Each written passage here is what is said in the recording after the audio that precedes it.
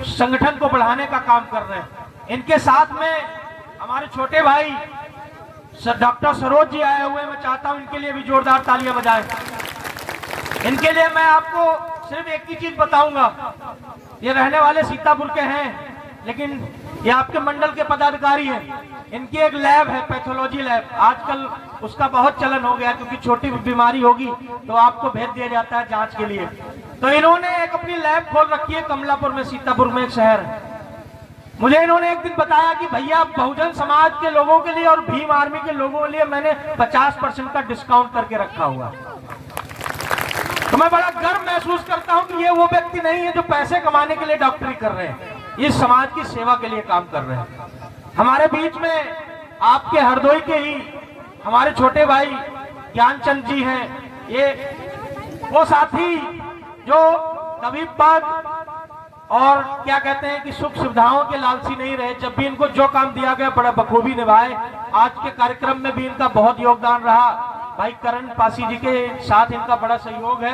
मैं चाहता हूं जोरदार तालियां ज्ञानचंद के लिए भी बजाएं। ये आपके जिले के रहने वाले हैं, संडीला के पुराने साथी हमारे साथ हमारे जिले के ही रहने वाले बहुत बढ़िया वक्ता और पेशे से टीचर हैं छोटे भाई राजकुमार जी।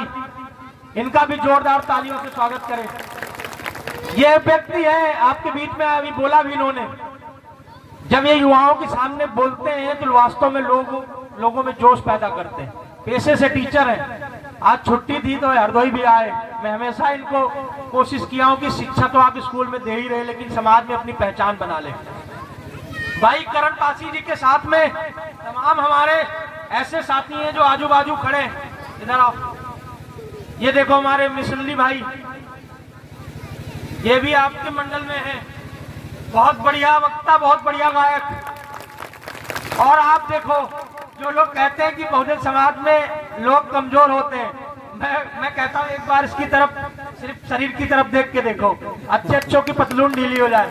खाली अगर आंख तरफ के देखते, हमेशा से आप देखो, आपको ऐसा भ्रमित किया गया, आपको बताया गया अरे इस देश की कुर्सी पे 56 इंच सीने वाला बैठा है। 56 इंच का सीना होगा, लेकिन उसका जिगरा बहुत छोटा है। सीना माने नहीं रखता, क्या माने रखता है? जिगरा। और हमारा अगर तुम जिगरा तोलोगे ना तो 56 किलो का निकलेगा, क्योंकि इसमें बहुत ताकत है। हम किसी से नहीं डरते, अगर डरते होते तो इतने खुले मन से चुनौती नहीं देते। कई लोगों ने कहा, करण ने बताया, इन्हें ज्ञानचंद ने बताया कि भैया परमिशन नहीं मिलेगा, क्योंकि आज भाजपा के नेताओं का भी हरदोई में कार्यक्रम है। तो हमने कहा बिना परमिशन कर देना, हमारा तो बिना परमिशन ही परमिशन है। भीम आर्मी को किसी परमिशन की जरूरत नहीं, जहां झंडा गड़ गया वहीं से रैली निकल गई, ये आप भी जान लो।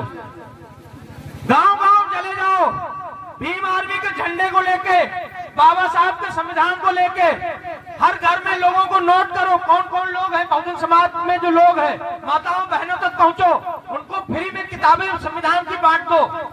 एक ऐसी अलग पैदा करो। देखो, मैं नेता नहीं बनने वाला आया। ये आपकी कौन सी विधानसभा लगती है? सांडी लगती है।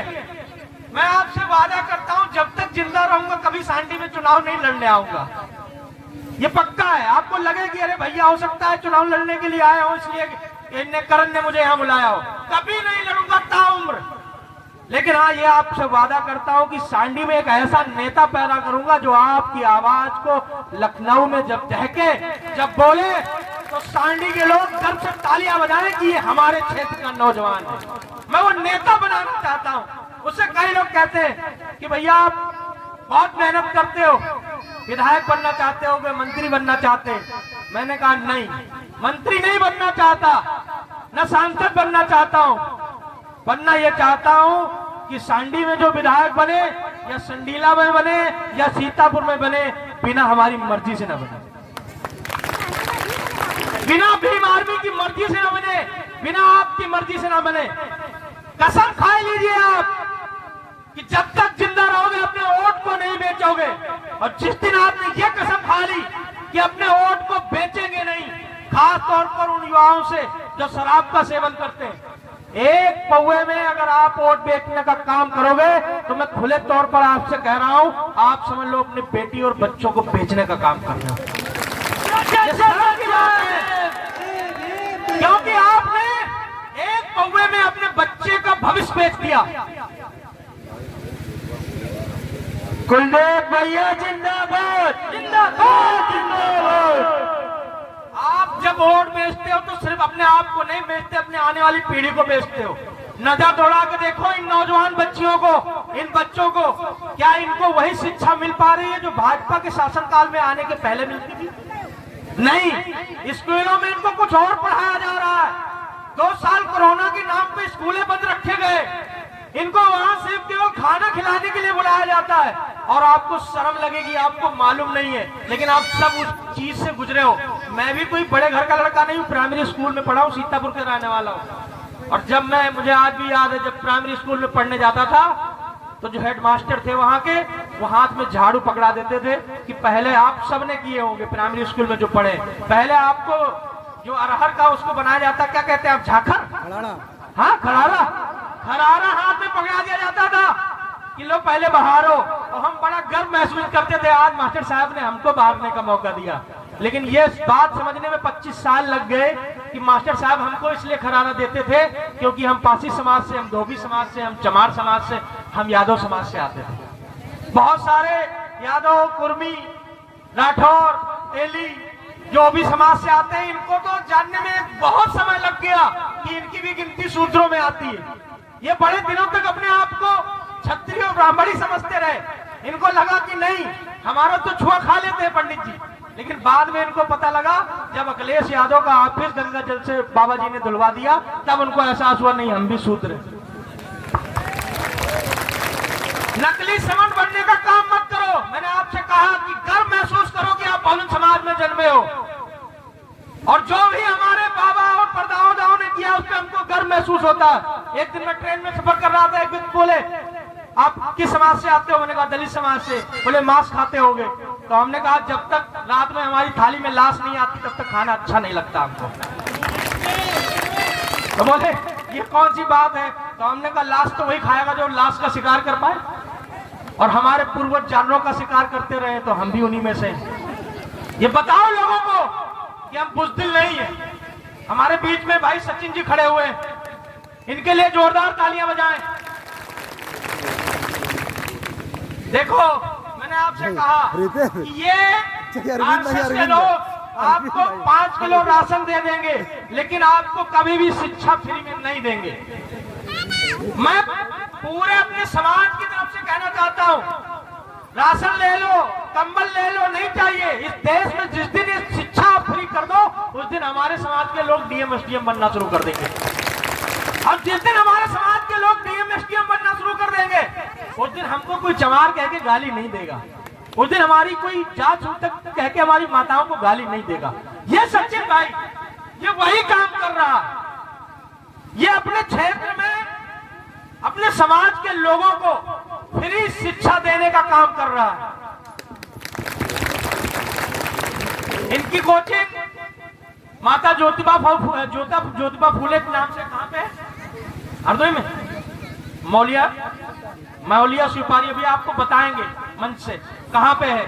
मैं आपसे अपील करता हूं कि इनको साहस दो, खास तौर पर वो लोग जो यहाँ पर मास्टर, प्रधान, जिला पंचायत, कहीं ना कहीं सारी सरकारी कार्यरत है। देखो आपसे एक निवेदन है मेरा, हम उनमें से नहीं है कि हम आपके चंदे से गाड़ियों पे घूमें।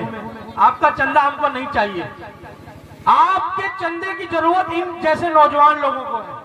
अगर आपने इनको चंदा दिया, आपने इनको किताबें दी, तो वादा एक मैं करता हूं आपसे, आपके दिए हुए पैसे से कम 100 बच्चों को ये निःशुल्क शिक्षा देने का काम कर पाएंगे। तमाम उन प्रधान, उन जिला पंचायत, उन मास्टर, उन सरकारी पैसे लोगों से मैं निवेदन करूंगा कि करण पासी जी और उनकी टीम को, सचिन जी को मिलकर इनको सहयोग करें। आप मुझे कुछ मत दो, मुझे एक बात की रोटी भी दे दोगे चलेगा साहब, क्योंकि मैंने कहा गाड़ी का मैं शौकीन नहीं हूं, लेकिन इनको आप देने का काम करो। इनको जब भी कभी आपको लगे, लोग कहते थे पुराने जमाने आधा हो गया, गंगा जी चलते हैं धुल जाएंगे। मैं आपसे कहता हूं आप गंगा जी में डाले से धुलेगा नहीं और लग जाता है। ये खुले मन से कह रहा हूं। पाप आपका तब धुलेगा जब आप अपने समाज के लोगों के लिए कुछ करके जाओगे। जब भी आपको लगे कि कुछ आपसे पाप हो गया है तो चले जाओ सचिन की कोचिंग में, लेके 100 किताबें, 100 डायरिया, 100 पेन और कह दो ये मेरी तरफ से बच्चों को निःशुल्क बांटा जाता है। दोस्तों, जब शाम को लौट कर आओगे तो उस दिन आपकी चैन से नींद आएगी, ये मेरा आपसे वादा है। मैंने देखा है, लोग कहते हैं कि क्या मिल रहा है समाज के लिए लड़के। जब भी कभी लड़ाई फतेह करते हैं, जब किसी समाज के व्यक्ति को न्याय दिलाते हैं, 1 हफ्ते बहुत अच्छी नींद आती है। लोग कहते हैं कि मेरी एक आदत है कि मैं जैसे ही लेटता हूँ तुरंत ही सो जाता हूँ। लोग कहते हैं ऐसा कैसे होता। मैंने कहा कि भैया पिज्जा खा के तो हम बड़े नहीं हुए, बासी रोटी खिला के हमारी माँ ने हमको बड़ा किया है। पिज्जा खाने वाले आजकल क्या खाते हैं सोने के लिए? दवाई, स्लीपिंग आती है कि नहीं, स्लीपिंग टेबलेट। उनको जब तक वो खाएंगे नींद नहीं आएगी। और हमारा बहुजन समाज एक चीज बहुत सेवन करता है, दारू। वो कहता है पौवा नहीं लगाएंगे तब तक नींद नहीं आएगी। मैं आपसे कहता हूँ एक अच्छा काम करो, पौवे की जरूरत नहीं पड़ेगी आपको। 5 दिन के करके देखो आप। दारू पी के आपने कहीं गुंडाई दिखा दी, लफंगाई दिखा दी, आपको मक्कारों में गिना जाएगा। लेकिन जब आप समाज के लिए कुछ करके जाओगे, यहाँ प्रधान भी बैठे होंगे, जिला पंचायत भी थे हमारे मंच पे, मैं इनसे कहना चाहता हूँ, हो सकता है आपको 5 साल का मौका मिला है, अगले साल क्या हो, सीट बदल जाए, मौका मिले ना मिले, ये सोच के कि अगली बार कुछ करेंगे इससे अच्छा है इसी कार्यकाल में कुछ अच्छा कर जाना। अपने गांव में बाबा साहब की प्रतिमा लगाने का काम करें, चिन्हित करें ऐसे गांव जहां बाबा साहब के नाम पे पार्क अलॉट है। भीम आर्मी के साथी, जिला संयोजक, उनकी टीम, चिन्हित करो ऐसे गांव जहां बाबा साहब के पार्क अलॉटेड है और वहां गाड़ दो भीम आर्मी का झंडा की बाबा साहब की प्रतिमा यहीं लगेगी। अब कोई आपको मना करेगा, प्रशासन मना करेगा, शासन के लोग दबाव बनाएंगे, उसके लिए हम हैं, उसकी चिंता आपको नहीं करने की जरूरत है। चिन्हित करो ऐसे गांव, बहुत गांव है जहां बाबा साहब के नाम पे पार्क लॉट है, वहां पर कुछ और बना के लोग रखे हुए हैं। बाबा साहब के नाम की जो जगह है उसको लोग कब्जिया रहे हैं। लड़ाई लड़ो उनके लिए। हर उस लड़ाई में, अपनी अंतिम बात से आप बात समाप्त करना चाहता हूं, हर उस लड़ाई में भीम आर्मी और आपका ये भाई डॉक्टर कुलदीप भार्गव संविधान हाथ में लेकर कहता है जब भी आप लड़ोगे आपको जरूरत होगी, कभी आपको निराश नहीं होने देंगे। जय भीम, जय संविधान, जय भारत। जिंदाबाद, जिंदाबाद, जिंदाबाद, जिंदाबाद, जिंदाबाद। देखो, हालांकि मैंने कहा बाबा साहब कहते थे पे बैक टू सोसाइटी, इसका मतलब समझते हो? कौन समझते हैं? आप खड़ा करें। पे बैक टू सोसाइटी, इसका मतलब हुआ कि जो आपके समाज ने आपको दिया है वो इस समाज को वापस करो। आपको